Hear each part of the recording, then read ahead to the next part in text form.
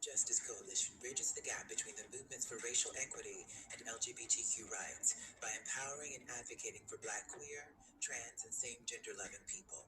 During Pride, they honor the struggle and sacrifice of Black LGBTQ SGL activists who courageously took a stand at Stonewall. NBJC works to reduce the rising rate of suicide among Black youth. Oh, you're muted. I was like, wait, I can't hear you because you're muted. That's how it's supposed to be. No worries. That threatens the lives of Black trans women.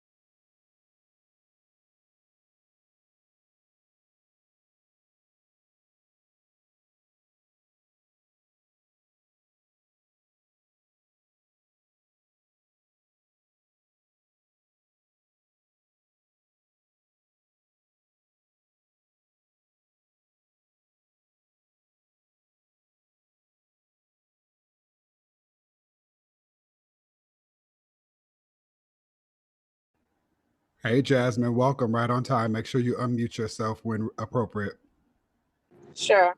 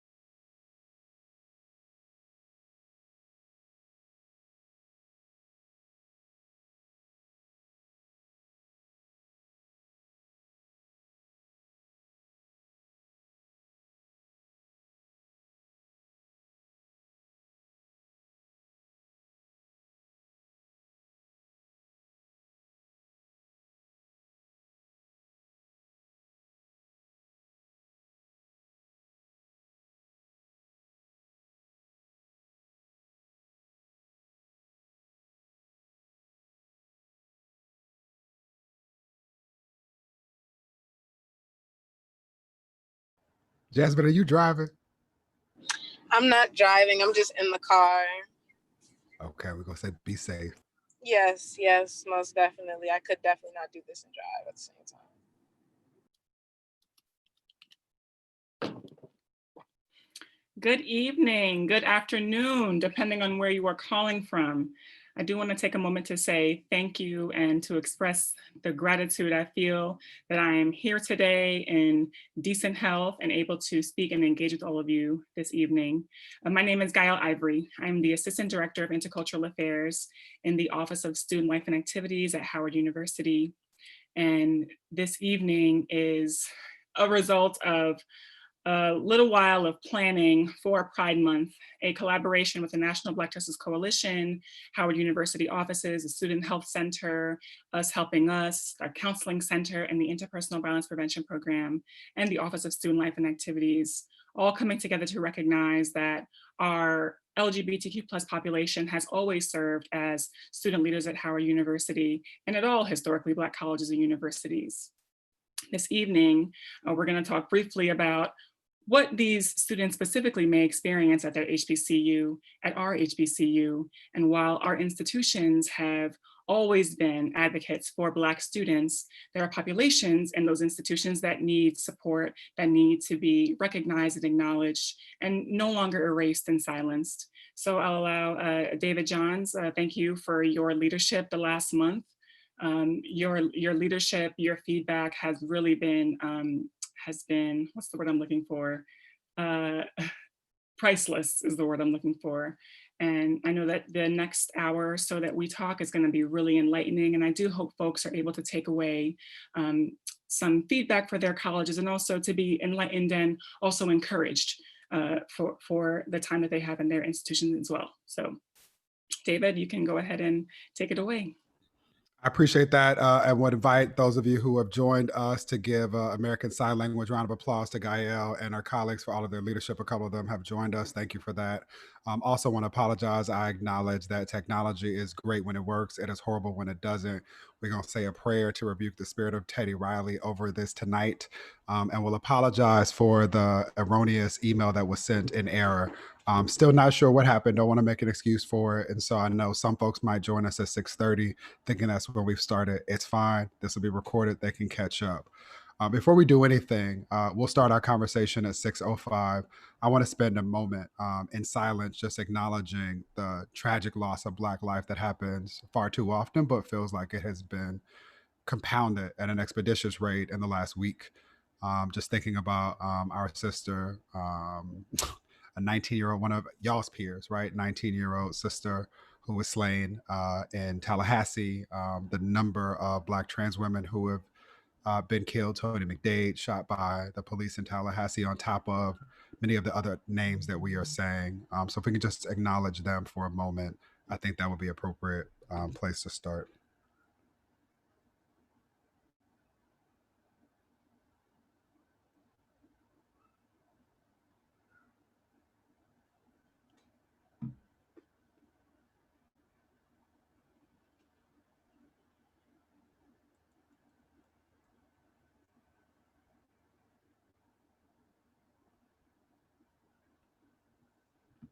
Thank you for that. In that spirit, I also want to lift up, and I'll put more information about this in the chat. There's an organization, a radically wonderful organization called Justice for Black Girls, Justice, the number 4 Black Girls.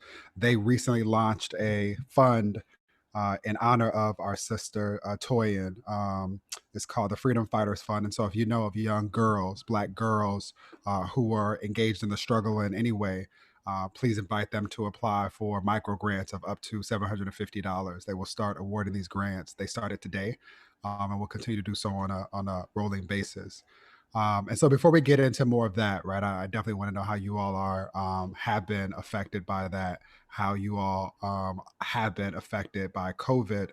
I want to bring in our panelists. Gael, I'm going to invite you to watch your babies talk and introduce our panelists, the experts. So we have the double A's and the double J's. And so we first have Andre, and then there's Alexis, there's Justin, and there's Jasmine. I want to invite each of you. Actually, before I do that, let me acknowledge that they are all Howard University students. They are all Bisons. The title of this talk was Queer Views from HBCUs, and we did that wanting to celebrate that Howard University continues to lead amongst all HBCUs in making space for Black queer people, appreciating that as long as there have been Black people, there have been Black queer people. And our hope is that acknowledging that some of you are at other HBCUs, that as we grow this work, you will join us. So we've already made space for it in the title. But my first question, acknowledging that most often when people talk about Black folks and Black queer folks in and out of Pride Month, usually it starts from a deficit perspective. I don't want to do that. What is the best thing about being young, gifted, Black, and a Bison? Why don't we start with you, Alexis? And if you could also offer your pronouns so folks can use those as needed, that would be helpful. Sure. Hi, can everyone hear me? Okay. My name is Alexis. My pronouns are they, them. I guess the best thing about being Black and queer at an HBCU, specifically at Howard, is just the range of examples there are of how to be. You come in as a freshman, kind of unsure of yourself, still finding your footing and the person that you want to be, and there are dozens, if not more, examples of how you can live that out. Being Black and queer means naturally being outside of the box or outside of the mold that people expect you to be in, which can be daunting. But when you have all this excellence around you, people just carving out their own paths, it makes you braver to carve out your own. So that's really something I deeply appreciate about my time at Howard. Thank you for that. Justin, same question to you. Also your pronouns. Pronouns are he, him, his, and I'm definitely going to build off what Alexis was saying, just because we're not tied to like normative standards, heteronormative standards, even standards within our own community. We're able to build and be whatever we want to be. We're not able to be tied to gender norms, sexuality norms. We're really able to become the people that we thought we wanted to be in our fantasies, the people that we dreamed of being in our adolescence. We grow up and we're able to be those people. We're able to embody those goals, those visions. And that's what I really appreciate about Howard, about being young, Black, and queer. I appreciate that. Jasmine, same question to you as well as your pronouns. Sure. So my pronouns are she, her. Sorry for this Casper the Ghost lady we're getting here, but I think the biggest thing that I enjoy about being gay at Howard is just the community that we've cultivated. I feel like the LGBTQ plus community at Howard is just one of the most close-knit groups. And all of that is really because of the work that we do in order to create safe spaces for each other, in order to make sure that we are like known and that people know that we're here and we're not going to step down, and that you need to respect us. You need to create these safe spaces for us. So that's kind of what I enjoy, just the community of it. I appreciate that. Andre, same question to you. And if you could also explain why pronouns matter and why people use them before we go to the next question, that would be more than helpful. Sure. So I'll say because many of us take on queer and trans lenses and how we see the world, everything that we do and everything that we create is automatically going to be amazing and beautiful and never seen before, because what we are is not a part of this, like Justin said, heteronormative structure. So I think one of the most freeing things about being queer and Black and at Howard was that if I didn't see something that like met my standards or met my needs of what safety was, then it was up to me, or is my opportunity and privilege to go forth and pursue that and create that. So your second part of the prompt, the reason why pronouns are so important is because they represent part of our identities. People try to make it seem as though like how you're referred and how you are called is not such like a big thing. But when it comes to identity, when things like that are taken away from you, it's not fair, especially when you don't live those same experiences as somebody else. That's perfect. And what are your pronouns? He, him, his. Perfect. Thank you for that. My next question will take us back to where we started, which is acknowledging that Uncle Jimmy James Baldwin said some time ago that to be Black and relatively conscious in America is to almost always be in a constant state of rage. And I find myself feeling that to be breathing and have access to a cell phone or a TV screen is to almost always be in a constant state of rage, especially if you are Black and queer. And I also want to appreciate you, Andre, offering up the ability for people to adopt a queer lens or framework, even if they are not a part of our community, which wasn't lost on me and shouldn't be lost on anyone. And so my question to each of you is, how is your head and how is your heart? Really what I'm asking is, how is your physical health and how is your mental wellness in this moment? Why don't we start with you, Jasmine? Sure. So obviously it's been super difficult just seeing everything that's going on in the world and knowing that we are the target of so much hate and so much oppression is really difficult. So it has been hard, but I've also been trying to take time to myself and find quiet places where I can just be and think and meditate. I feel like that's really important, along with the role of organizing and making sure that, you know, we are still leading on this revolution. We still have to take care of ourselves. So doing okay, but yeah, it's still difficult for sure. And what does that look? What does taking care of yourself in this moment look like for you? I say that acknowledging two things. One is that the world doesn't deserve Black girls or women, cis or trans, and most of us have never learned how to care for ourselves. Right? I say often, and I've said probably 4 times today. Those of us who are privileged enough to fly almost ignore the moment when the flight attendant tells us, in case of an emergency, what do they say? Do first secure your own oxygen mask, right? But that's the Right. thing that Take care of none of yourself. us, but none of us really feel comfortable doing that. And so I want to invite you all to share, and to the extent that you are like me and you don't really do what we should be doing, maybe talk about what you would like to do so that we can help hold you accountable for self-care.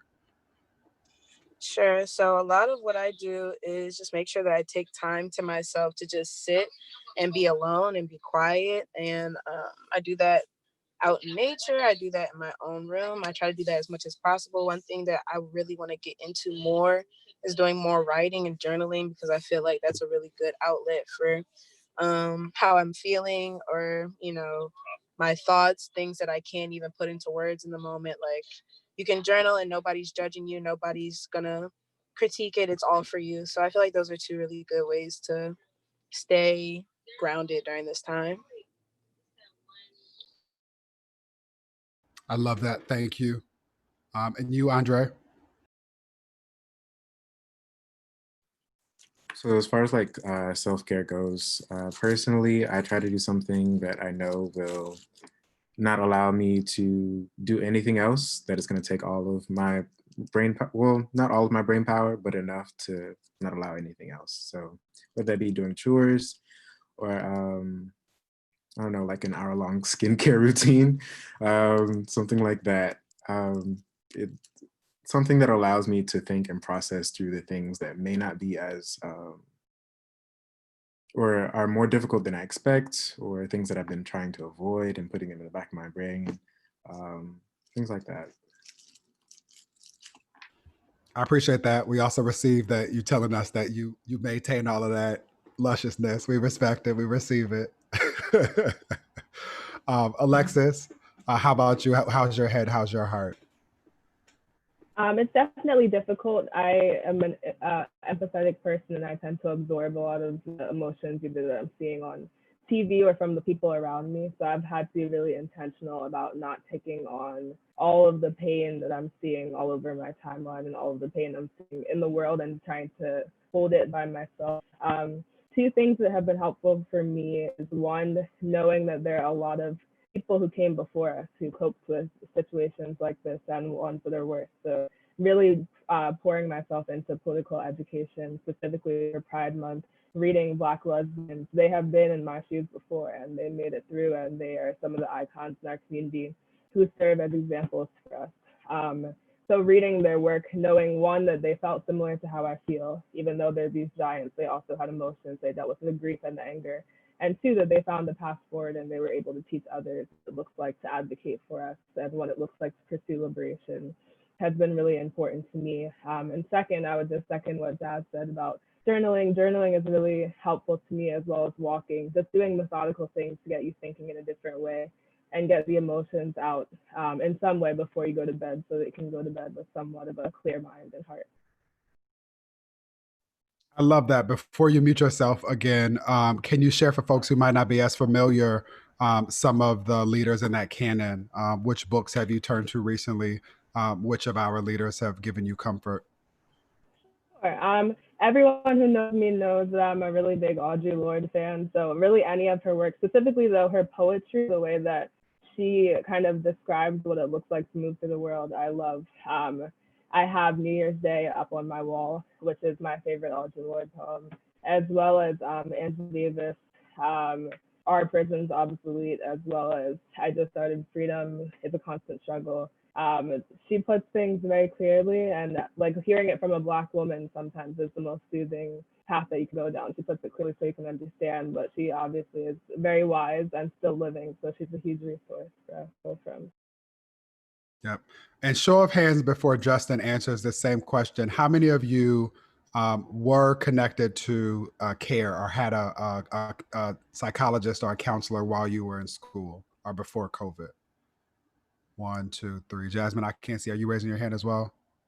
So the three of you. So Andre, Alexis, Justin, raise your hand if you were still connected to care. So only one of you is raising your hand, Alexis. So I want to, I did that intentionally, acknowledging that while people are talking a lot about crises in the world, particularly the economic crisis, the political crisis, the crisis around race and racism that y'all's president is trying to start in this moment, we are not talking about the mental health crisis that is affecting our community and what it meant for many of our students who had access to critical supports while they were at school, to not have them now when they need them because so many additional things are compounding their needs. And so, Justin, I want to invite you to share, and in particular, I want to invite you to talk about what it meant for you and maybe why it was important for you to accept the invitation to testify about the mental health of Black queer students, HBCU students, before the Congressional Black Caucus as a result of their efforts to address increases in suicide, ideation, attempts, and completion amongst Black youth? Well, I think first, to answer that question, it was important to me because my emotions are a river, up and down, left and right. Like I do have generalized anxiety, depression, and everything. So a lot of my emotions, I do understand like where they're coming from like a psychological perspective. I understand how they work. I understand the things that I'm supposed to be doing in order to cope. However, emotions are not really like something that you can always take a hold of and just take it in a way that you're able to take more tangible things. And so I think for me, in keeping up my own mental health is being persistent about the things, but being persistent with my coping mechanisms so that I'm able to live like a fulfilling life.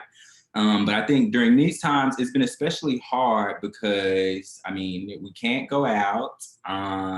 There's no like fellowshipping. And so what I try to do is I try to call my friends. I try to have sessions with my friends. I try to be as personable as possible with my friends to talk through issues that are going on in the news, to talk through issues about our own personal relationships, or even to just talk about where we are like currently and what our struggles are, to first kind of lay some groundwork about our shared experience and how we all are kind of struggling with something.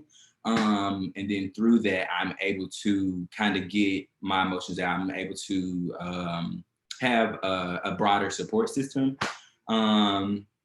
But overall, it's been okay. It works, that my schedule, like coping, it works some days and some days it doesn't. Today was one of those days where it just did not work in a way that I wanted it to. However, still here, still being faithful, still being persistent and trying to do everything. And I don't know, I do think that we're gonna be all right. Honestly, I know that I'm gonna be all right. I know that I'm gonna go on, gonna achieve things. We're all gonna do that. But the state of the world is honestly just so, I hate it here. Sometimes I really do. But I'm still trying to build the world that I want to see, still trying to build a world where I'm going to be happy. And so are my friends. So. I appreciate you. You know this, and I will continue to say it, always being candid and clear. There's power in precision. It is why Aniala always says to name a thing, beloved. And I too find myself looking at the news and my phone and hearing adults and feeling like I hate it here. But because we built this shit for free, I'm not going anywhere. And so we're going to hold people accountable for getting their stuff together.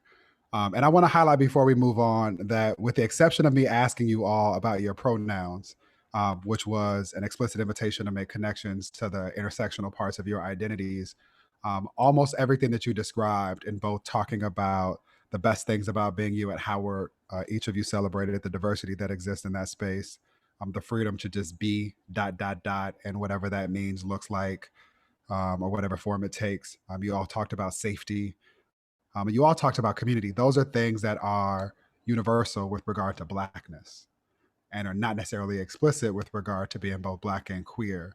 And I imagine that if we ask some of the folks who are watching you all in this moment, that they would say they identify with much of what you've said. And so this is me saying to folks who are heterosexual, heteronormative, who are trying to learn about what it means to be queer and increase their competence. So much of what we experience and struggle with is similar to what you experience and struggle with, except we also have to deal with homophobia, biphobia, transphobia, and other stigmas, right? And so with that in mind, I want to invite each of you to answer the following question. And we'll start with Alexis. What do people, in particular Black folks, right? Like, let's continue to have a intra-community conversation. I lead a civil rights organization. NBJC, for folks that don't know, is not a gay organization. We are a civil rights organization. We are intentional in trying to do work for Black folks so we can all get free. So what do Black folks miss, get wrong, or what do they really need to know about Black, queer, trans, and non-binary folks, generally or specific to our experience at HBCUs? I think the number one thing people miss is, as we're working to build different structures, like obviously an HBCU is a place specifically for us, for Black people, as we're working to build different structures, and even in this current moment, as we're reimagining what society should look like, if you don't actively center LGBTQ people, specifically trans people, then you will end up recreating the same transphobic and homophobic structures. It's not so much as like, oh, like I'm not homophobic or oh, I'm not transphobic, so the way I do things is fine. You have to put people who are most on the margins, put them in the center. And that's the only way that you can avoid creating. So it's not enough to just say like, oh, nothing homophobic or transphobic was said. Like in all of the spaces that we share, it's important to show up and to name the communities that you're trying to protect. Like let people know that when you are saying Black Lives Matter or anything like that, that you're including Black trans lives and you're including Black LGBTQ lives. Like has to be really, really intentional, because all of these phobias and these biases, they're so ingrained in our society and in us. The only way to undo that is to go purposefully in the other direction. Exceptionally clear for me. Is there something related to that that you want to invite, acknowledging that you have some of the leaders at Howard watching, invite them to do? Is there a demand you want to make or an invitation that you want to extend? Sure. I would say that when you're supporting student organizations, for example, I'll use Cascade, that one, the monetary support needs to be the same as the other organizations that might have greater support, especially when you're asking queer students to do the work of what should be a full-time LGBTQ staff person. So it's not enough to say, oh, we have Cascade and OSEM Howard, we're doing great. Are you putting resources behind the work that Cascade and OSEM are doing? Are you showing up for them tangibly, like in a way that they can see, in a way that is supportive, especially as you're asking them to basically carry all the work that is LGBTQ work on Howard campus? Love it. Clear. Andre, same question to you. Forgot to unmute. Great. So I'll say the one thing that our counterparts miss is they might fear that the recognition and the acknowledgement of Black, queer, and trans people in this struggle is like a challenge to Black rights. So I think in a lot of ways, Black people have been fighting forever to be seen as equal, to be seen as human. And so when it feels like we finally have gotten this glimpse or this, at least a little bit of recognition for the hardships that we've gone through, when it comes down to saying, hey, Black queer people deserve to not die too, or hey, Black trans people deserve to not die as well. It's kind of like, well, are you trying to steal our spotlight? Like, can you let us have this one thing? But no, like we can walk and chew gum at the same time, right? So we can say that Black people who are queer and trans are also Black people, because it's in the first adjective. So these are Black problems, and these are things that we should be concerned about. Black people can't just be Black and nothing else. I think we've all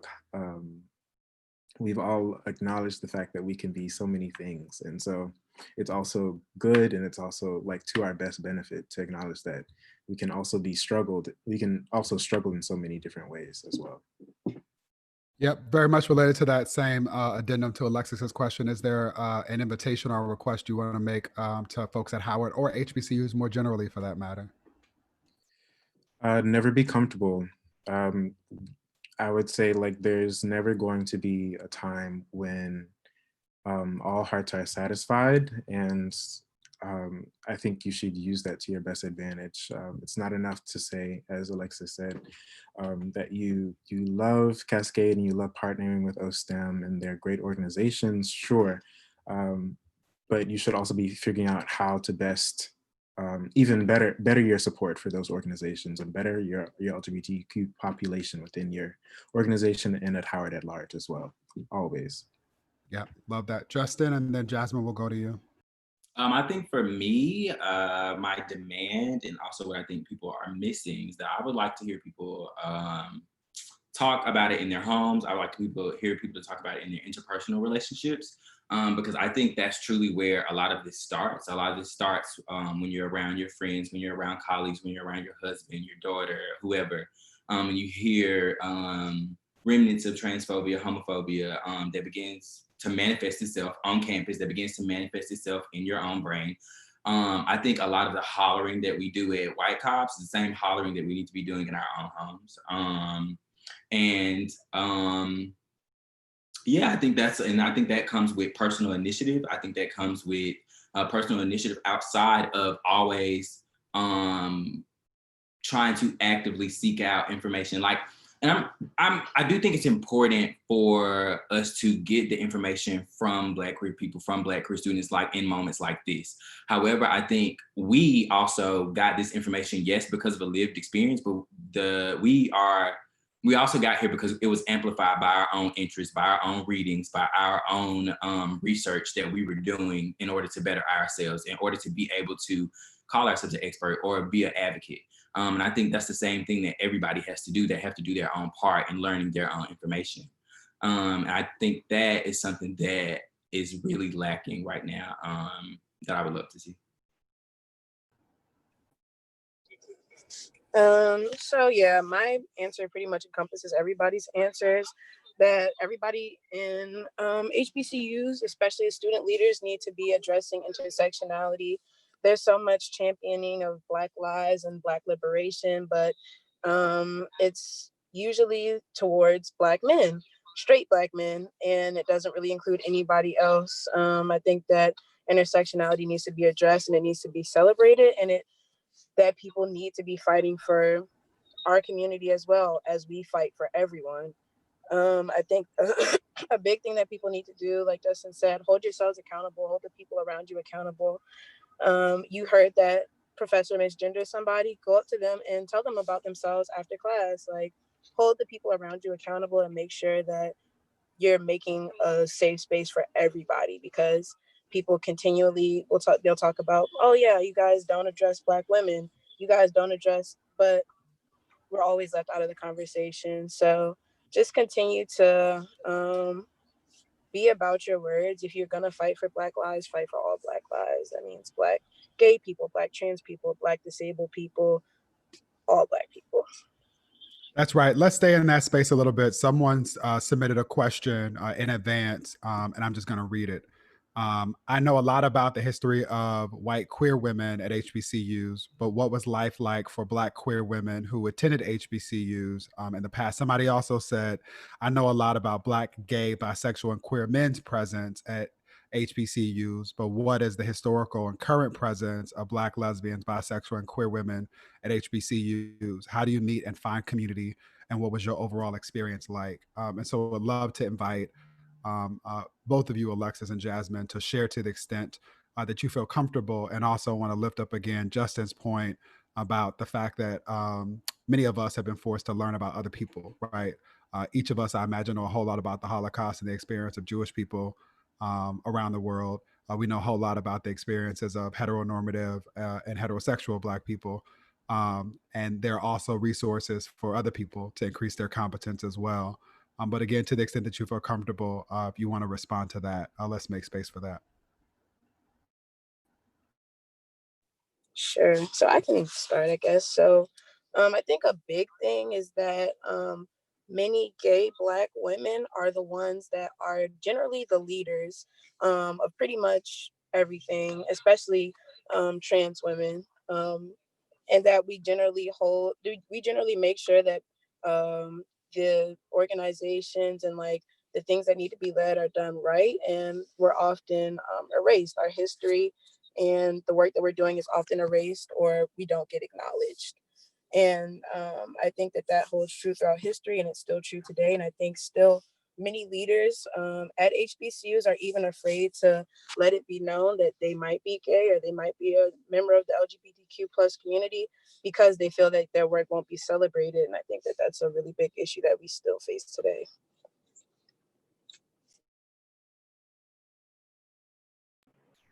I definitely second everything that Jazz said. I think we are here and we have always been here, but a lot of times our history doesn't get recorded in the same way. And the community that Black lesbians have at Howard now is just very expansive. There's a lot of us. We are in community with one another. We show up for one another. But I do wonder, like, 10, 20, and 30 years later, will people even know that like our community was there? Because it's hard to make a lasting mark when they think of gay at Howard, they're first thinking about gay men, cis gay men. So even though I think our time here has been impactful, it's really important that we think about like how are we leaving a mark that lasts longer, so the next class of Black women and Black lesbians who come through, like, know that we were there and know that they have a blueprint.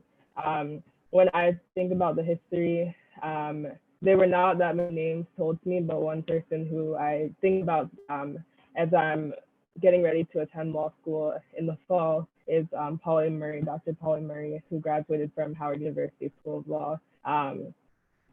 She is one of these people who was a trailblazer and an icon and did a lot of great work, but her name doesn't often come up first in these conversations. So I definitely think we could uplift her so much more. I mean, even the work that she did towards gender equality, there's any number of things that you could start with about her, but just every way facet of her life is an example for how we should all live.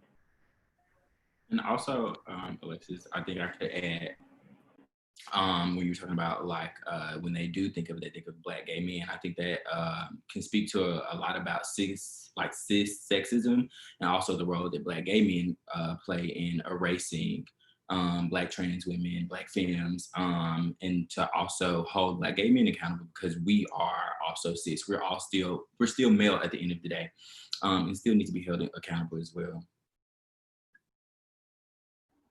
I love that. Thank you for making space for that, Justin. I also want to honor that another Howard University Bison who shows up in this way and who often names Polly Murray is Victoria Kirby York. She is currently at the National LGBTQ Task Force. I see you all shaking your head because y'all already connected, and is anchored as well in Cascade. So just want to again make connections to the legacy of Bisons who continue to show up and show out in this way. Jasmine, you mentioned something that is dear to my heart, which is an acknowledgement that often it is Black women, cis and trans, who are at the forefront, who are on the front lines demanding change. And there would not be a Pride Month if it were not for a Black trans woman named Marsha P. Johnson. And so why don't we start with you? And my question is quite simply, what does pride mean to you?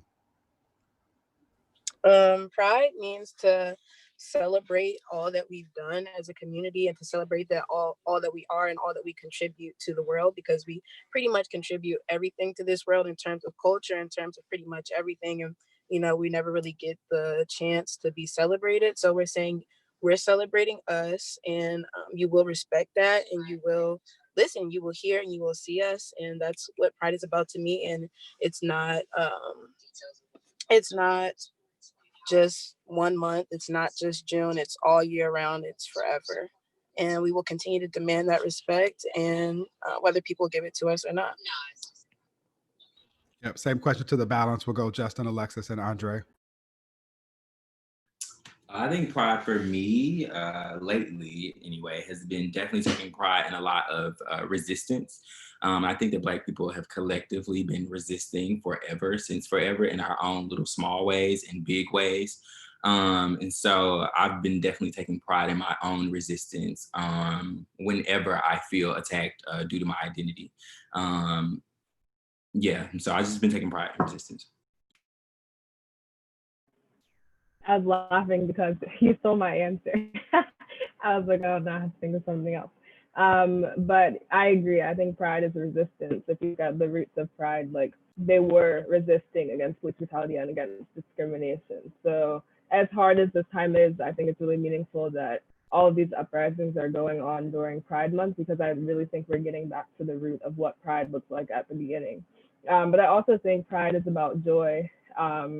Joy as a form of resistance, and joy in the face of discrimination, and joy in the face of circumstances that are not ideal. I think a joy is one of the most powerful emotions that we can harbor. And when we are walking through the streets, when we're dancing, when we have people lined up like saying free mom, like when everyone is just getting loved on and people are feeling joy, it doesn't mean we put down the work, but feeling joy and celebrating each other's joy is part of the work. And I think that's one of the most important parts of.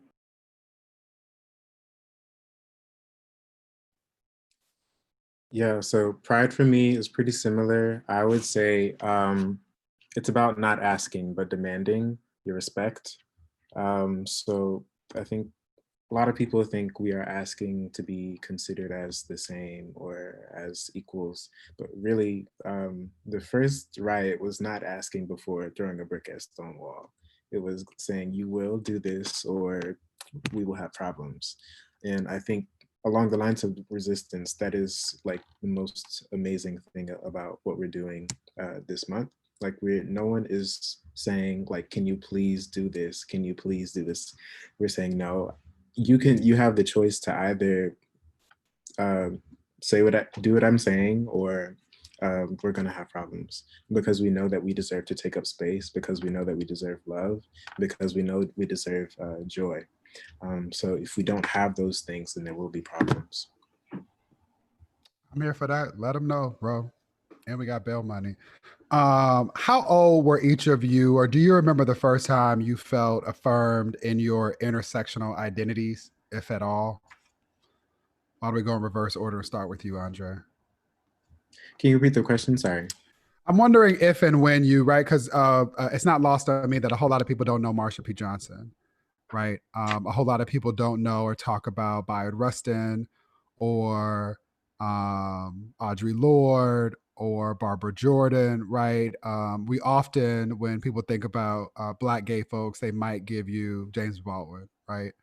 And so I'm wondering if, in the same way that some of us never experience a Black teacher until we get to an HBCU, if you all remember when you encountered someone who was Black and queer, when you saw yourself reflected back at you in the world.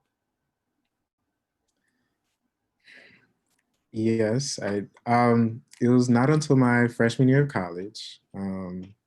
It was somebody who I thought was an exemplary figure as a Black queer man. And it was great. Like when I first found him and when I first enrolled in his class, I was like, I've never seen like a Black queer man over the age of 30. This is amazing. I think that was a very profound moment to see like him pursuing his dreams. He was pursuing his PhD, or he was pursuing his research, and he was doing everything that he loved to do. And I think that was the most beautiful thing I've ever seen. Yeah, and that was really emotional. I kept trying not to come to his class crying. I was like, I just love being here with you. It's really a lot for me. But yeah, that was my freshman year. I love that, Alexis. I think the first time had to have been also in college. Looking at a panel like this, I think it specifically was about LGBT criminalization in the prison system. I can't remember the exact topic, but there was a Black non-binary person on the panel. And I remember just looking up at that person, not fully having figured out my own identity, but just being wowed that this person was, one, talking about something they clearly were very intelligent about, but also bringing their full self to the panel, like being fully themselves up there and serving as an example. And I went up to them at the end of the panel, and I don't know what I wanted to say. I hadn't even formed any words. I had started crying because I was like, that is what I want to be like. I want to be up there helping someone. Even if it's silently, because I don't even think they were specifically talking about non-binary issues, but just seeing non-binary people, it's so rare to see them out and about in the world, especially Black. So just seeing them there, just doing their work, minding their own business, that was really meaningful for me. Justin, Jasmine, go for it. Okay, so yeah, I think one of my first experiences would definitely have to be at a Cascade meeting. I remember Justin being up at the front. He was the president at the time, and just so confident, and just he knew what he was talking about, and it just made me feel like, wow, like that's the kind of leader I want to be, and that's the kind of person I want to be on this campus. And Alexis and Andre were there too, and I just really looked up to you guys, and I just really wanted to follow in your footsteps. And yeah, just seeing the student leaders at Howard do their thing is amazing. And the work that is done is really exemplary. And I think it really should be celebrated. Here, Pooh. She talking about you, sir. Go ahead. Thank you. I think that does mean a lot for me. Very full circle. But question for Andre: does the Black man that you're talking about, does he have dreads? Locks? Yes, girl, you know. Yeah, so yeah, same. So same person that Andre is talking about, that was the same person that I saw. And you could tell in his walk, you could tell in the stride, you could tell in the gleam, in the glow. And so me and Andre actually bonded over that in Drew Hall. We talked about that. We talked about him. We talked about like the type of people that we wanted to be. And that was definitely freshman year. Being able to see one person,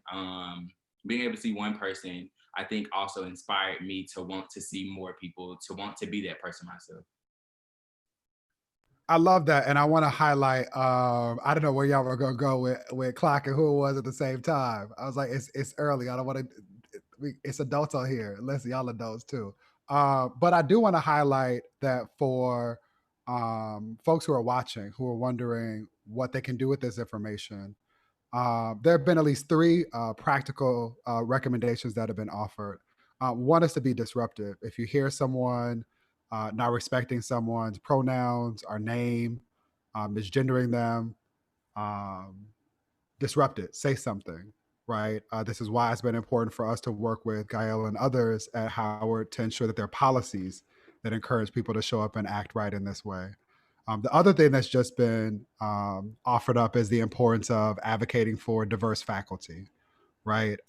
It pains me that we are still living at a point in time in which people are waiting to be able to go to college. Again, acknowledging how few of us are able to graduate from high school and go to college till we see critical parts of who we are reflected back at us.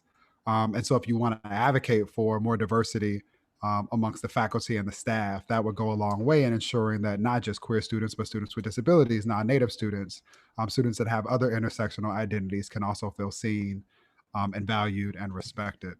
I do want to make sure, in the interest of time, that if people have questions, that they're using the Q&A function at the bottom of the screen. I'm going to continue to run through. I think there are 2 more questions that were previously submitted. And we also want to make space if there are things that you feel compelled to share, panelists, that we lift that up. Actually, I'm going to hold that one to the end. One of the questions that was pre-submitted was, and anyone can answer this, not all of you have to answer, but can if you so choose. How do we center and normalize discussions of the Black trans experience with non-trans Black folks on and off campus? Anyone want to take that one? I think it starts with education, both in the classroom. There are examples of books and different texts, especially in the humanities courses, that can be used that have Black transgender protagonists. So even just getting it normalized to see people who are Black and trans in the things we read and the things we study at school or at HBCUs to learn, and learning about Black trans experience can be part of that. But as well, I think just really like banging on pots and pans and raising awareness about what is happening to Black trans women. I think a lot of people You'd be surprised to know how often Black trans women are being targeted and how maybe their casual transphobia that they don't see as a big deal, and how that spirals into violence against Black trans women. With most of the people who I've shared with who are not in the community, they have been shocked by the statistics. Of course, like everyone up here has been an executive member of either CASPAID or OSEM. So we kind of rattle off these statistics about Black trans people off the top of our head. But I think we get tired of repeating them because we're in the same circles. But when you're talking to people outside the community, a lot of times they just really don't know what is happening because not enough attention is given. So I think as tired as we get of repeating ourselves, just really raising up those key statistics and really talking about what is going on until people hear that, until they absorb that information.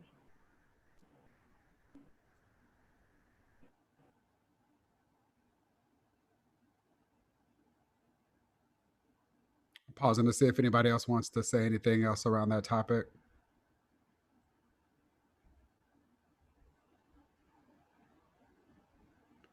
I'm also sharing in the chat a couple of links to underscore the point that was just made about how frequently members of the community are forced to think about, reflect upon, and say the names of our siblings, not only those who were killed, but those who were beaten. I'm thinking in this moment of Ayanna Dior, the Black trans woman who was beaten on camera by a group of grown Black boys. I say boys because words matter, and I fundamentally believe that men don't hit women, cis or trans, let alone beat them, and record it. And I also want to shake the shit out of whoever was recording it and not doing anything, because that is also problematic. There's a question that just popped up in the chat. Imani says, I miss y'all and I love y'all. What does total inclusion of LGBTQ students look like at HBCUs?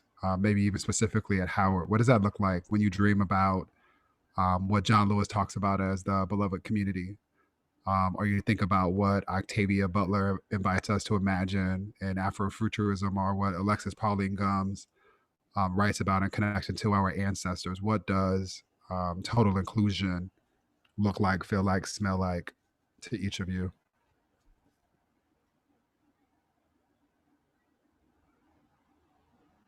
Justin, what you thinking?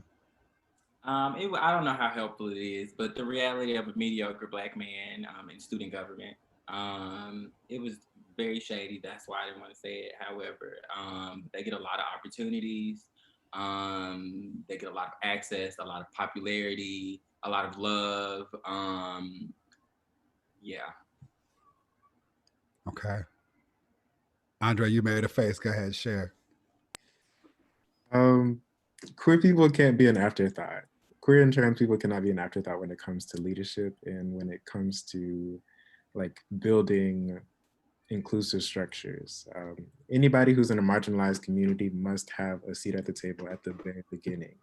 If you don't, then you run the problem of either missing people and excluding people, or people don't have enough resources because you've also depleted them all before they got there.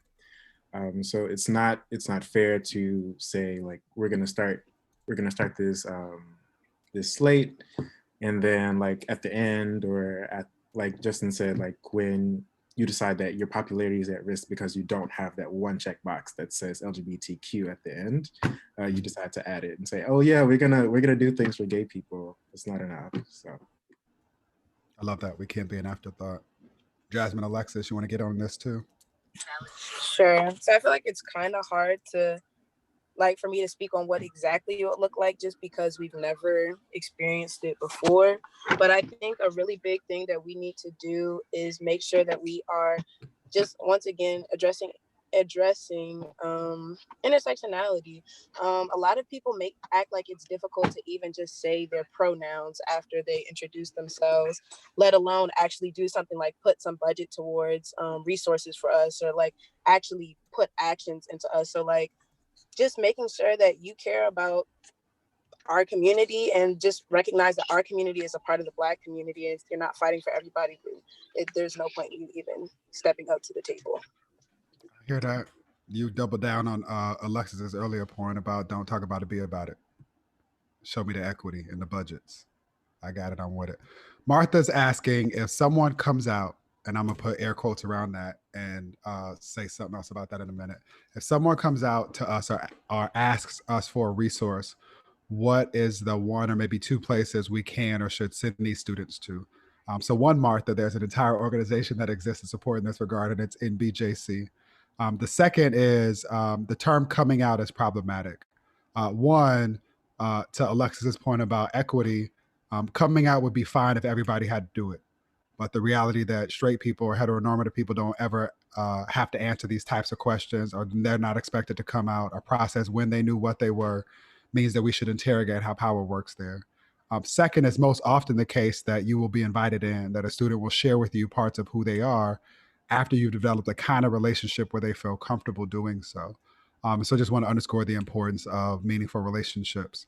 But specific to Martha's question, are there resources or things that you all have found helpful while being students at Howard in negotiating your identity and developing a community and cultivating accomplices, not necessarily passive allies?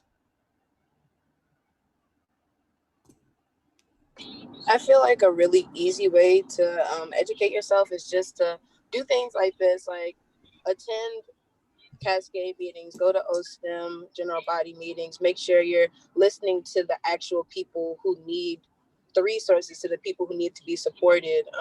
Just show up, because a lot of times I feel like people that are heteronormative or whatever, they just always come to us and act like it's our job to educate them, and it's not. Google is free, and we often hold programs that you can come to and be a part of, to where you can show your support and really learn something. So I feel like that's some ways that you can support or learn things that you didn't know before. I love that. If we were in a room, I would challenge everybody to say, if y'all haven't been to a Cascade meeting, show up. Go for it, Alexis. I was going to say, I would second that. One is, I think that you should come to a meeting and just sit in the back and be quiet. Like, don't make it about yourself, but absorb what people are saying. Because meetings like this, they're a place where people feel very comfortable to be themselves, and you'll probably absorb a lot of information about the community and about what it means to be queer, even if the subject isn't necessarily educational. So it's a privilege that we allow people into the space. So come in, but don't censor yourself to the space, is what I would say. In addition, like Dad said, Google is a great resource. So just reading works by LGBTQ people, following people on Twitter who you notice talk about the content a lot. Like, there's a lot of different ways to learn, even passively, or if you don't have the time to read a whole book, by surrounding yourself or taking the opportunity to be in spaces with members of the community, because you're going to learn about them through their firsthand experiences as they share them. I love that. What if you will unmute yourself and tell people Cascade's website or social media handles, and then yours as well. We can run through the whole list if you want to share it, or you can just say, I don't want these people following me, Mr. David, and we can move on. Cascade, and I know Amani's on here, so they're going to kill me if I get it wrong, but Cascade's Twitter is at Cascade, CASCADEHU, and our Instagram is... Oh, Teddy Riley. Twitter is at the Grady Alex, so the GRADYALEX.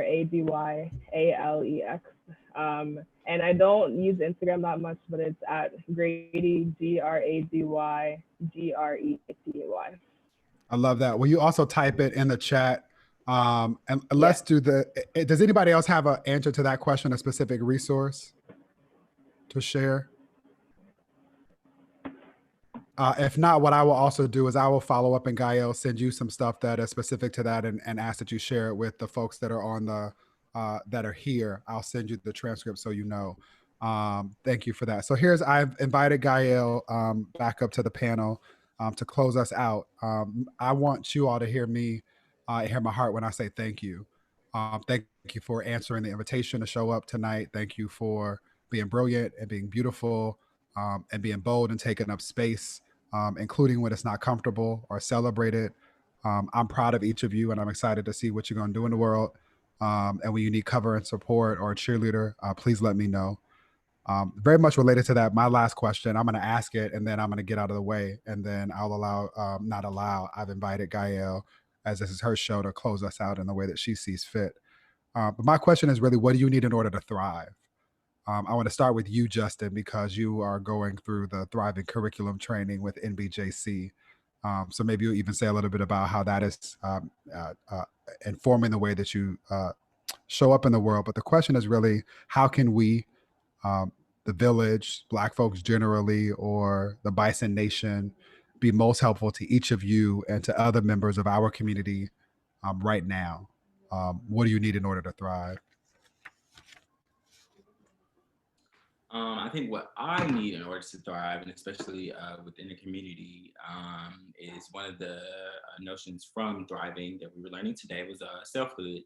And so really learning myself, learning the privileges, the spaces, the identities that I occupy. And by doing that, I'm able to also recognize the power dynamics of my privileges, and so that I'm better able to accommodate the people that are in my community. And so I guess what I'm asking for is that we all reflect upon ourselves and really know ourselves and know where we're going, what we're trying to do, to be able to better accommodate our siblings.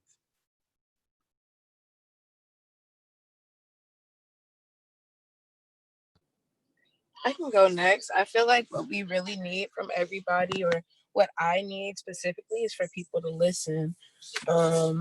We tell people what we need all the time. We tell people, you know, can you do this, or can you make sure that we aren't working ourselves so hard? Can you create a staff for us? Can you do this? Can you do this? But nobody really listens, and they don't really get the mark right because they're not really paying attention to what we actually need. They're just giving what they're willing to do, which is usually something that is an afterthought, or something that, doesn't really impact us in a really helpful way. So I feel like people just really need to hone in and zone in and make sure that they hear our voices.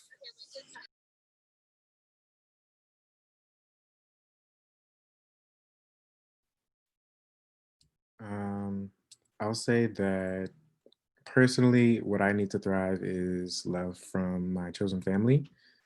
So a lot of us coming from whatever households, whether they be good or not as good, we find that we're missing out on a lot of things that were integral to becoming our true selves, or embracing our true selves.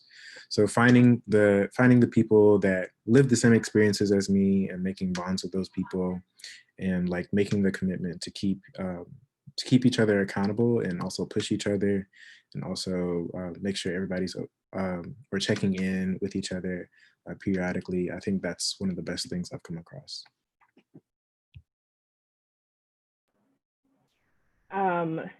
Adding to what everyone else has said, I think what we all need is support. I think that in order to be a student leader, or just a leader on Black LGBTQ issues, it's always people who love the work, so are willing to give way too much of themselves to the work that self-select into these positions. So any of us, I think all of us have gotten to the point where like we will put in all of our energy and all of our time, like we'll lose sleep over working on these issues. We won't take care of ourselves if that means getting the event done, or getting the resources, or getting the students seen that we feel like should be seen. So our students, we need support.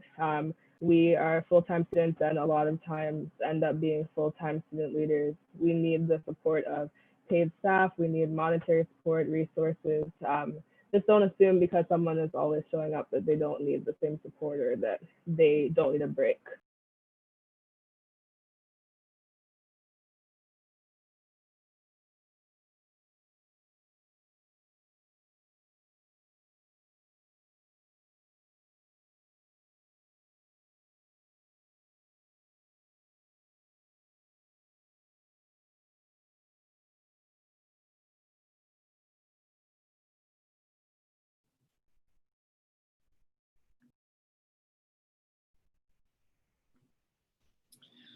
Thanks again so much, David, and all of you. And I'm reminded that I'm devastated that I won't be having Andre, Lex, and Justin, even though you all maybe won't be so far away, but having graduated, I won't be able to see you every day, which is devastating.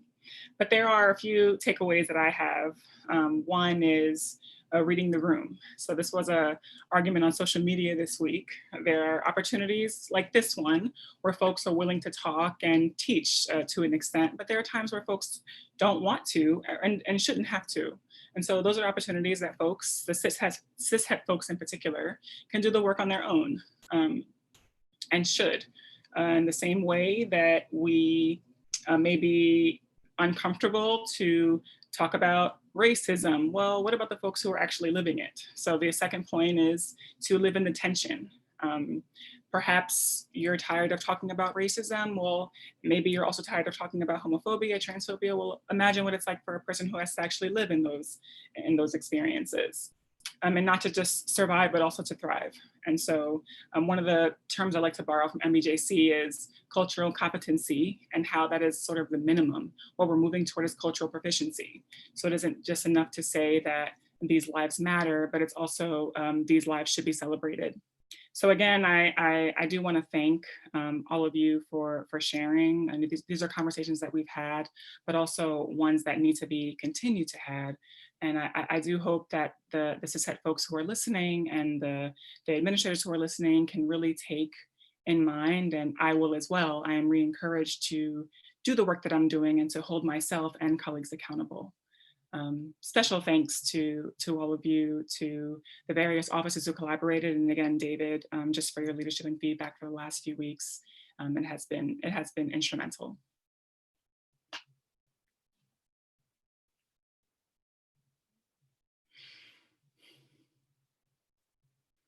And I suppose with that, I hope you all continue to keep yourselves safe and healthy, and also encouraged to continue doing what you're doing. Thank you. Thank you. Thank you so much. Thank you. Blessed.